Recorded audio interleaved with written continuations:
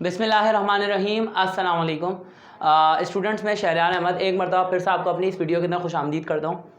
आज की इस वीडियो के अंदर हम लोग बात करने लगे हैं road map to organic chemistry के बारे में, और ये हमारा पार्ट 5 है। मैं कोशिश करूँगा वीडियो लंबी ना हो। आज हम लोग सीधा सीधा बात करेंगे अल्कोहल की दो मेन टाइप्स के बारे में जो हमारे कोर्स का हिस्सा है। जैसे पहली है मीथाइल अल्कोहल और दूसरी है इथाइल अल्कोहल। देखिए, मीथाइल अल्कोहल जो है इसका फॉर्मूला होता है, इसका मीथाइल अल्कोहल का फॉर्मूला होता है CH3OH, और यहाँ पर इसको कहा जाता है वुड स्प्रिट।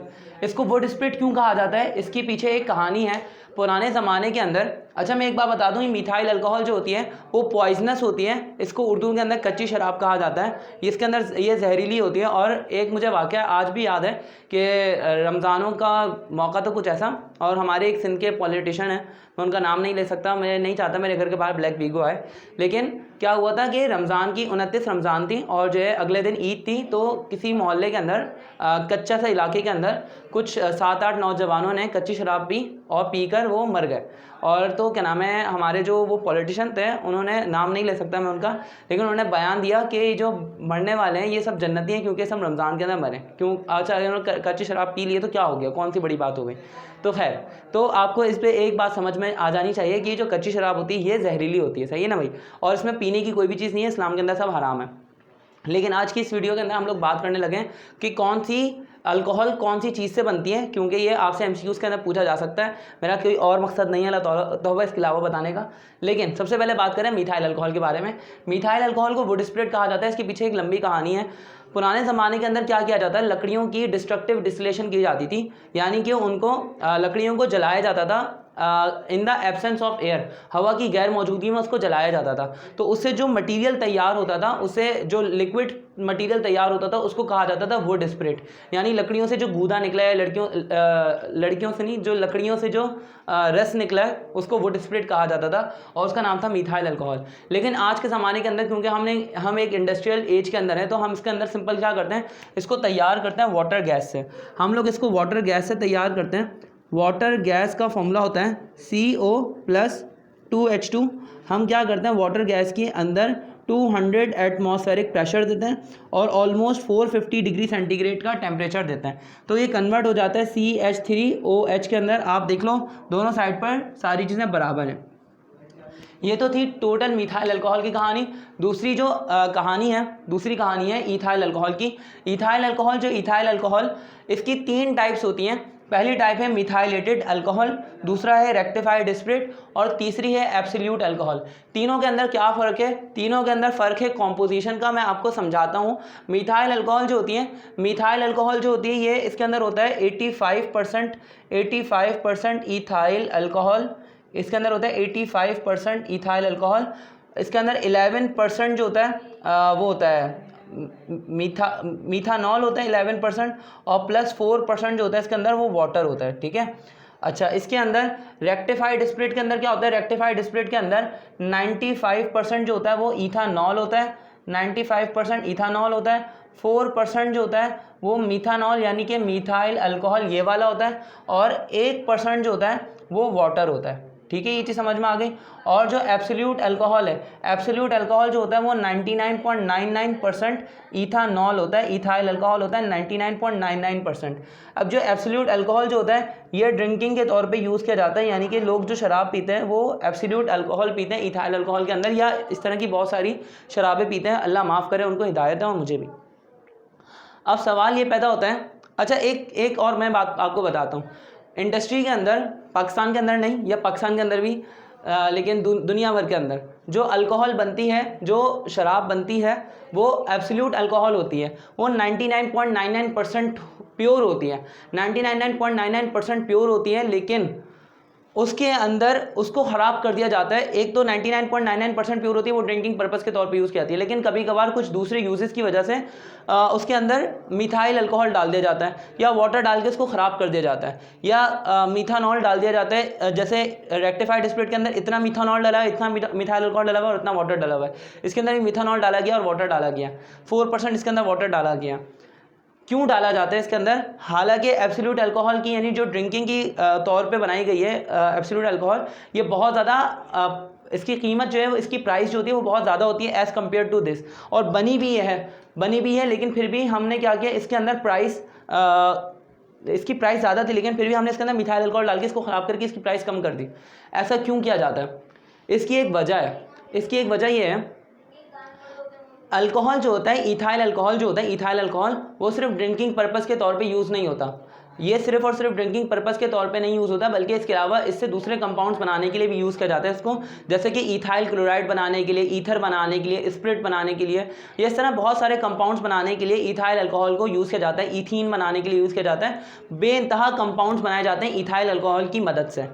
अब पूरी दुनिया भर के अंदर एक कानून है, मतलब मुझे पूरी दुनिया भर का नहीं पता, लेकिन कम से कम पाकिस्तान के अंदर एक कानून है। पाकिस्तान के अंदर कानून ये है कि अगर कोई शराब बेचता है तो उसको लाइसेंस लेना पड़ता है, उसको परमिट लेना पड़ता है हुकूमत से, और हुकूमत से परमिट लेना पड़ता है, और उसके बाद वो सिर्फ जो गैर मुस्लिम है, नॉन मुस्लिम है, उनको बेच पाता है।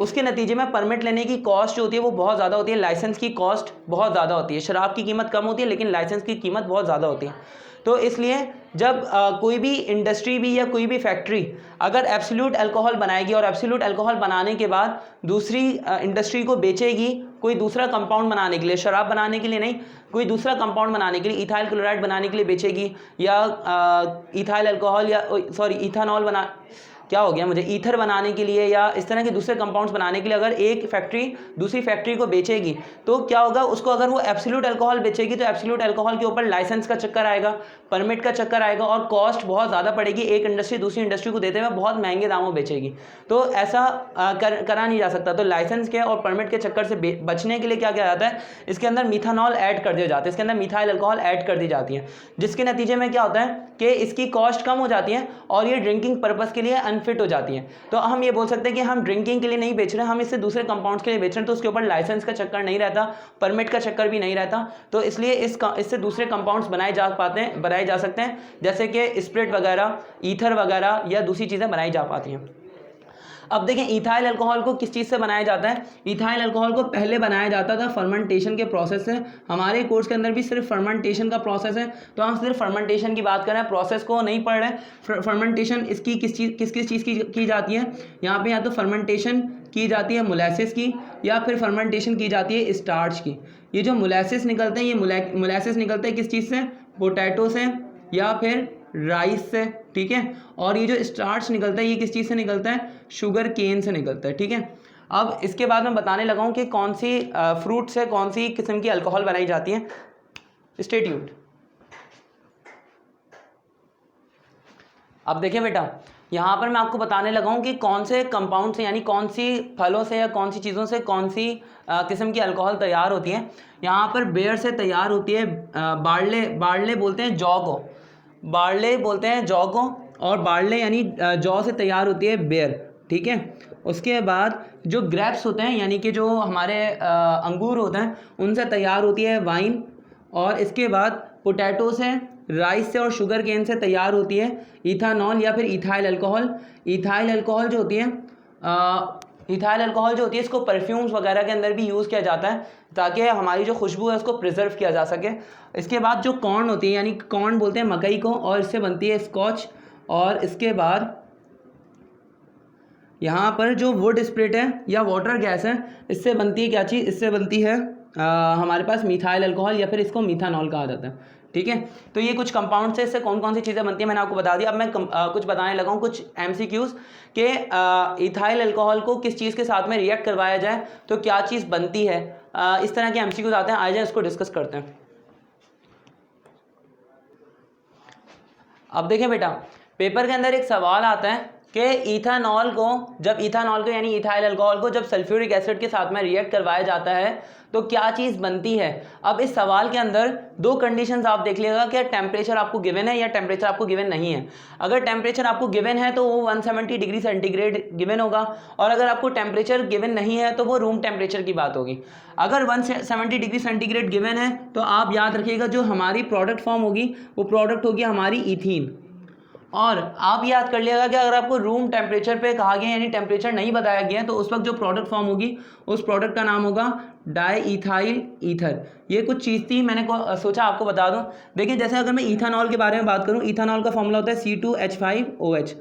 अगर मैं H2SO4 के साथ में इसको रिएक्ट करवाऊँ in the presence of 170 degree centigrade, तो यहाँ से ये वाला OH ग्रुप,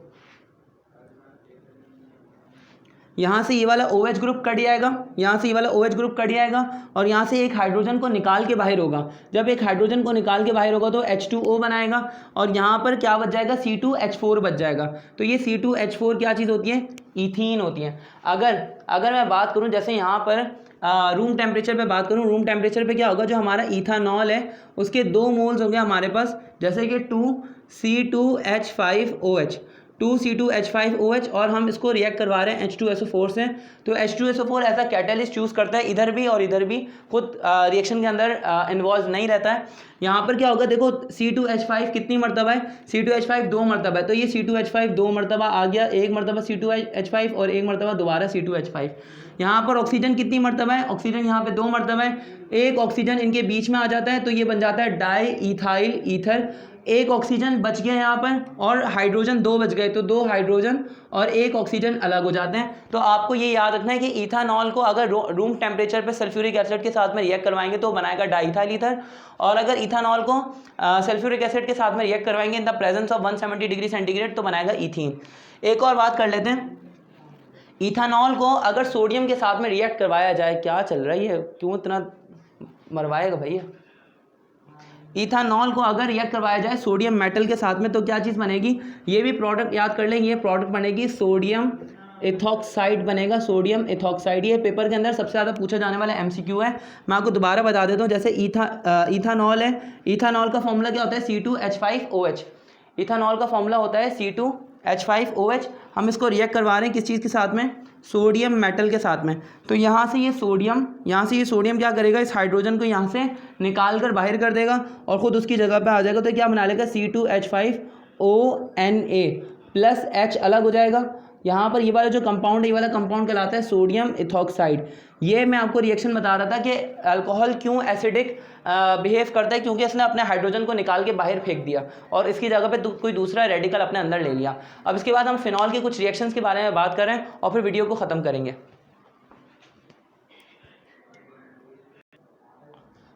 देखिए बेटा, अब हम लोग बात करने लगे इन 3 सवालों के बारे में। सबसे पहला सवाल ये MCQs के अंदर, पेपर के अंदर पूछा जाता है, Bakelite is formed when phenol is treated by. Bakelite किस वक्त बनता है, जब फिनॉल को किस चीज़ के साथ में ट्रीट किया जाए। तो इसका आंसर है फॉर्मल्डिहाइड। इसका आंसर है फॉर्मल्डिहाइड। फॉर्मल्डिहाइड का फॉर्मूला होता है HCHO। अब पूरी इक्वेशन लिखवाना ये हमारे बस की बात नहीं है, सिर्फ इतना बता दूं, फिनॉल होता है पहले बीच में, फिर दोबारा फॉर्मल्डिहाइड होता है, फिर यहाँ पे फॉर्मल्डिहाइड होता है और यहाँ पर दोबारा से एक और फिनॉल होता है और यहाँ पर इसकी होती है पॉलीमराइजेशन। पॉलीमराइजेशन भी कौन सी, कंडेंसेशन पॉलीमराइजेशन होती है इसकी, और कंडेंसेशन पॉलीमराइजेशन होती है और इसके बाद ये बना लेता है। अगर किसी को नहीं पता कंडेंसेशन पॉलीमराइजेशन क्या होती है तो वो चैप्टर नंबर 6 की वीडियो जाकर देख ले, उसको समझ में आ जाएगा। अब देखो यहाँ पर कंडेंसेशन पॉलीमराइजेशन होती है और इधर जाके बन जाता है बेकलाइट और यहाँ पर प्लस वाटर का कंपाउंड रिलीज होता है, ठीक है। उसके बाद अब पूछा जा रहा है कि फिनॉल के वेपर्स अगर पास किए जाए किसी रेड हॉट जिंक के ऊपर से तो वो किस चीज़ में कन्वर्ट हो जाएगा। तो इसका आंसर है बेंजीन। अब मैं बताता हूँ कैसे। देखो यहाँ पर ये जो फिनॉल है, फिनॉल का स्ट्रक्चर होता है इस किस्म का OH। अब यहाँ पे फिनॉल के वेपर्स को अगर मैं जिंक के साथ में रिएक्ट करवा दूँ तो ये जिंक क्या कर लेगा, इस वाले ऑक्सीजन को निकाल के बाहर कर देगा और इस ऑक्सीजन को निकाल के बाहर कर देगा और बना लेगा जिंक ऑक्साइड। तो यहाँ पर ये जो वैलेंसी खाली हुई है उस वैलेंसी पे हाइड्रोजन था, वो हाइड्रोजन वापसी रिंग के अंदर चला जाएगा। यहाँ पर ये ऑक्सीजन की जो वैलेंसी टूटी थी, इस वैलेंसी के ऊपर हाइड्रोजन आके अटैच हो जाएगा और हाइड्रोजन रिंग के अंदर चले जाएगा, तो ये बन जाएगा बेंजीन रिंग। और बस यही इसका आंसर है, बेंजीन रिंग बनेगा, ठीक है। यहाँ पे आखिरी सवाल क्या है, आखिरी सवाल है phenols can be prepared by heating chlorobenzene with 10% NaOH at high temperature and pressure. This method is known as, इस मेथड का नाम याद कर लो। फिनॉल को अगर प्रिपेयर किया जाए क्लोरोबेंजीन के साथ में और NaOH के साथ में रिएक्ट करवा के बनाया जाए तो इस प्रोसेस का नाम होता है डाउन्स प्रोसेस, ठीक है। अब इस प्रोसेस को, डाउन्स प्रोसेस को आप डाउन सेल से रिलेट मत कर देना, डाउन सेल अलग है और डाउन्स प्रोसेस अलग है। मैं इसके बाद अब हमारा आखिरी टॉपिक की बात कर रहे हैं कि अल्कोहल्स को आइडेंटिफाई कैसे किया जाता है कि किस टाइप का अल्कोहल है, उस टेस्ट का नाम क्या होता है। ज़रा हम लोग डिस्कस करने वाले हैं, ज़रा जल्दी से मैं आपको बताता हूँ। अच्छा बेटा देखें, अब मैंने आपको आज आखिरी चीज़ करवा रहा हूँ कि अल्कोहल्स को आइडेंटिफाई कैसे किया जाता है कि ये प्राइमरी अल्कोहल है या सेकेंडरी अल्कोहल है या टर्शरी अल्कोहल है। हम क्या करते हैं, अल्कोहल को, जो भी आपके पास अल्कोहल है ROH, उस अल्कोहल को रिएक्ट करवा देते हैं HCl के साथ में, हाइड्रोक्लोरिक एसिड के साथ में। हाइड्रोक्लोरिक एसिड उस अल्कोहल के अंदर डालेंगे इन the presence of zinc chloride, तो आगे जाके ये बन जाएगा अल्काइल हैलाइड। यानी कि अगर आपने इथाइल अल्कोहल के अंदर HCl डाला तो ये बन जाएगा इथाइल क्लोराइड, अगर आपने मिथाइल अल्कोहल के अंदर HCl डाला तो ये बन जाएगा मिथाइल क्लोराइड। इस तरह से ये रिएक्शन होता है। अब इस प्रोसेस का एक पूरा नाम है, इस प्रोसेस का पूरा नाम है, वो पूरा नाम है लुकास टेस्ट। इसको टेस्ट क्यों कहा जा रहा है, इसको टेस्ट कहने की एक वजह है। देखें, अगर यहाँ पर कोई टर्शरी अल्कोहल होगा, टर्शरी अल्कोहल को अगर आप HCl के साथ में रिएक्ट करवाएंगे तो ये रिएक्शन इमीडिएट होगा, यानी ये रिएक्शन बहुत तेज़ होगा और फ़ौरन ही अल्काइल हैलाइड बन जाएगा। अगर सेकेंडरी अल्कोहल होगा यहाँ पर और सेकेंडरी अल्कोहल को आप HCl के साथ में रिएक्ट करवाएंगे तो यहाँ पे जो अल्काइल हैलाइड बनेगा उसको बनने में थोड़ा टाइम लगेगा, जैसे कि 5-10 मिनट लग सकते हैं, 15 मिनट लग सकते हैं, इस तरह टाइम लगेगा। टर्शरी अल्कोहल के अंदर ये रिएक्शन फ़ौरन हो जाता है, सेकेंडरी अल्कोहल के अंदर ये थोड़ा टाइम लेता है, और प्राइमरी अल्कोहल के अंदर तो ये रिएक्शन हो ही नहीं रहा होगा, यानी कि यहाँ पे अल्काइल हैलाइड बन ही नहीं रहा होगा। ये रिएक्शन इतनी नेग्लिजिबल स्पीड के अंदर होता है। तो आप इसकी रिएक्शन की स्पीड से पता लगा लोगे कि ये प्राइमरी है या सेकेंडरी है, टर्शरी, और इस टेस्ट का नाम है लुकास टेस्ट। MCQs में आता है, तो इस टेस्ट का नाम याद कर लो। अगर मेरी वीडियो अच्छी लगी है तो नीचे मेरे चैनल को सब्सक्राइब कर दो और बेल आइकन को क्लिक कर दो, ताकि अभी मैं दोबारा और वीडियोस अपलोड करूं तो आपके पास नोटिफिकेशन आ जाए। बाकी अपना ख्याल रखो, तुम्हारे टेस्ट के लिए बेस्ट ऑफ लक। ओके, अल्लाह हाफिज़।